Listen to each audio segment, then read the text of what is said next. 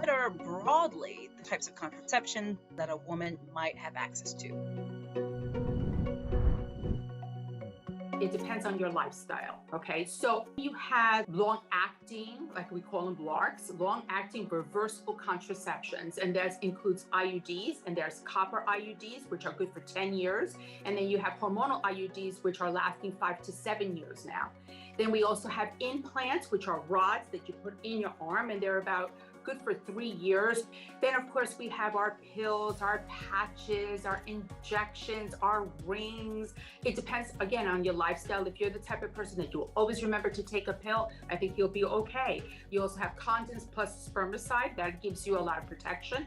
There are so many different options depending upon your lifestyle and your communication with your OBGYN. What is the best thing for you? Knowing what choices we have is really vital to our well-being. So how do women need to go about making choices for themselves regarding family planning? In general, it's kind of just a nice idea to plan ahead. Figure out what you want, what you think you might want your life to look like. Maybe create that 5-year plan. Does that include having children? Does it not include having children? Is it a maybe? Because sometimes that's the option. And it's just really taking some time to understand yourself, what you want, what you don't want, and then taking that information and having a conversation with your healthcare provider to talk about all of these different birth control options. Women are increasingly turning to egg and embryo freezing and deciding to have children later on in life. You talk about what egg freezing or embryo freezing is, / because they're different. What's the process? Yes, so the process, simply put, women are given hormones in injections so that they harvest more eggs. A needle is introduced into the ovary, the eggs are extracted, and for just freezing the eggs, those are taken and frozen. But for the embryo, they are fertilized and then frozen. It's a similar process, but one more step for the embryo. This is really a conversation that not everybody is able to have. How much does egg freezing cost? How much should someone expect to pay? Talk to us about how companies may be dealing with that. Is it covered by your insurance? What I am hearing from a lot of my clients who are going through these processes, they're paying $10,000, $8,000 to $15,000 seems to be what the average amount is. And some companies are jumping on board and wanting to help and support in this.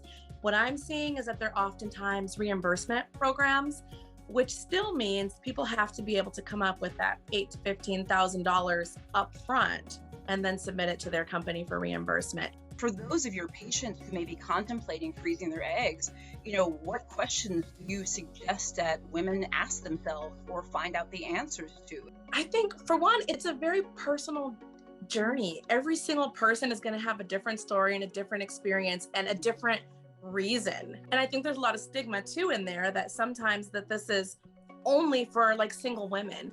There's many couples that I work with that are deciding to freeze their eggs because you know what? They don't want to have a baby right now. Maybe they want to travel the world. They want to do all of these different things and a baby's just not where they're at. And that's okay.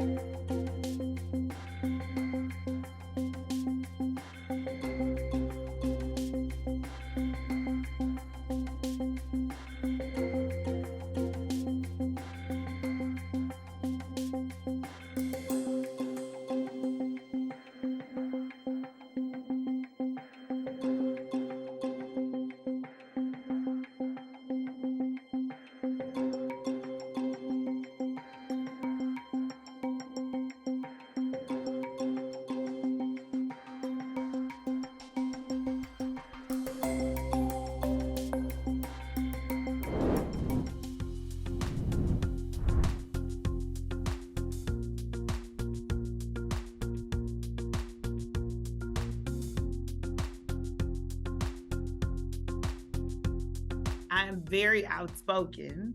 I think that Tanisha softens me. I've gotten to a place, especially in business, that I've realized that every conversation can't be a lion coming out the corner to roar.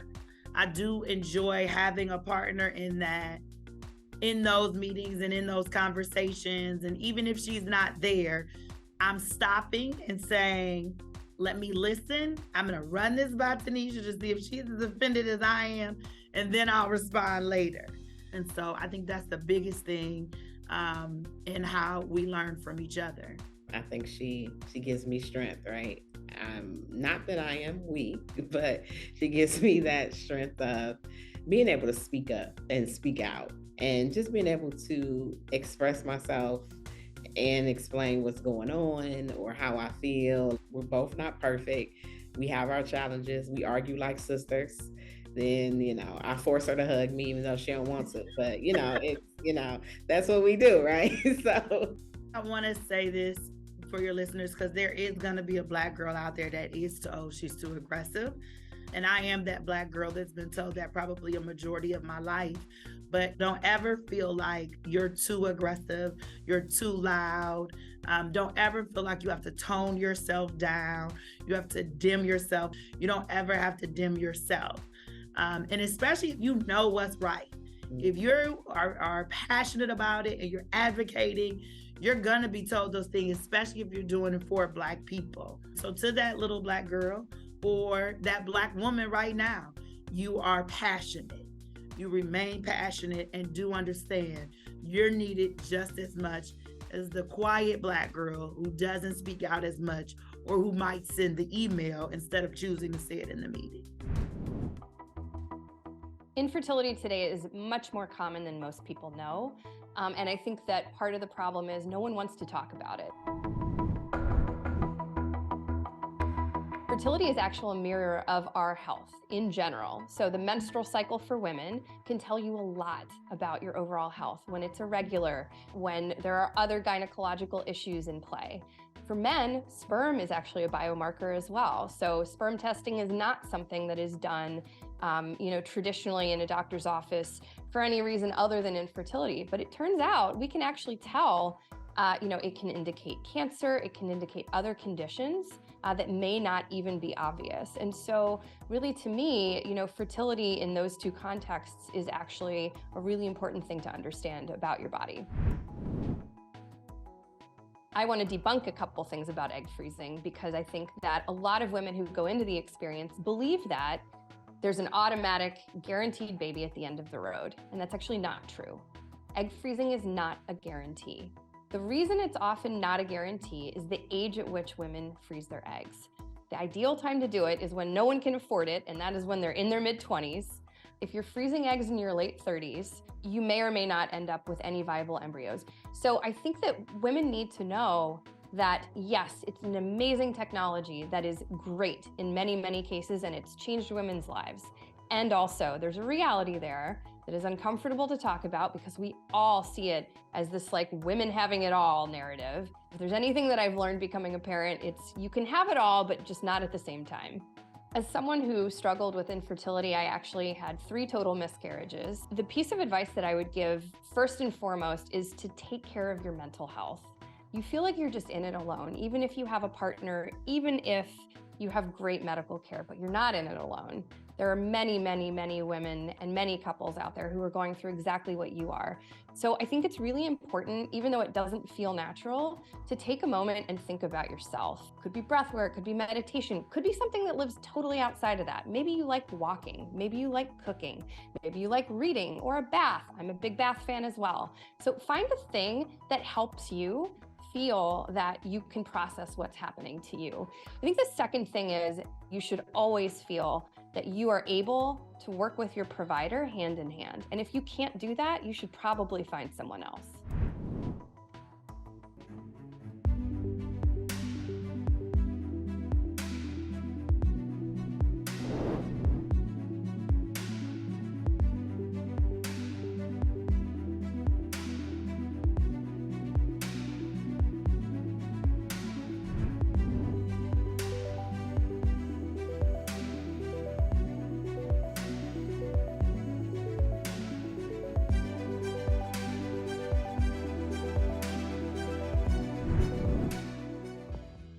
have to start talking about sperm. It is half the genetic basis of human life.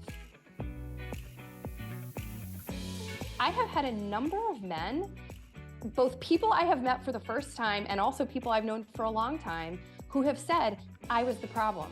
I was the reason that we had IVF, and I never knew. Men have a big job to do in taking care of their bodies and making that sperm as healthy as they can. Men want to talk about this stuff. They want to be better partners. They want to feel involved. We grow up and we're taught to think that like all of these things are gross, and it's just biology.